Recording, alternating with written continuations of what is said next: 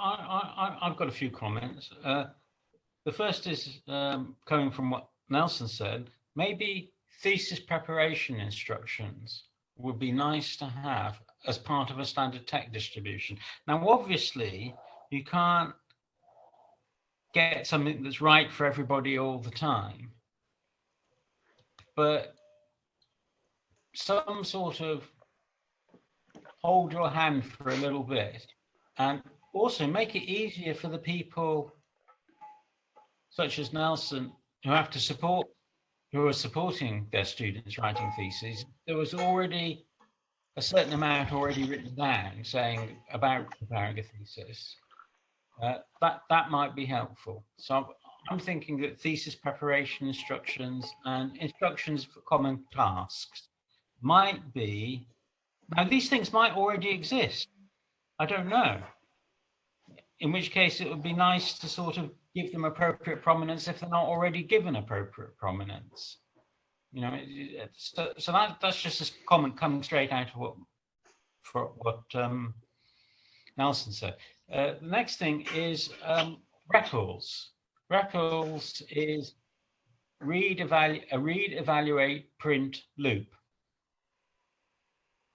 Now, the shell used at the command line is a read, evaluate, print loop. ls such and such, it evaluates that command and the output goes to the output. So grep something, pipe it through word count, that's a command. And you can sort of go from the REPL loop into a shell script, and you can also go from a shell script into the REPL loop in the sense that you can put something in the shell script and use it in your REPL. So the REPL is a halfway house between dropping down a menu, clicking on a button, and full-fledged programming. Now, TeX has a REPL loop already. It's the arrow prompt that comes up whenever there's an error or when it gets to the end of the file. I'm a perverse character because I actually like to do my examples at the REPL loop if I possibly can. So TeX has a REPL loop, and cloud computing has its own custom REPL loops that are implemented in languages such as Python. So cloud computing has these drop-down menus and everything else like that, but they also have a REPL loop that allows you to instruct a remote machine what to do at the command line. It's not a shell loop, but it's a REPL loop. And I'm thinking that a special purpose shell or REPL device for issuing typesetting commands might actually be something that's useful for allowing people to take a few steps, to take one step away from doing everything through the GUI. And you could even be part of the GUI. So the GUI has a little command line thing at the bottom where you can ask it to do something. So where you can type the command you want with command completion, with tab completion. So it could be part of the GUI.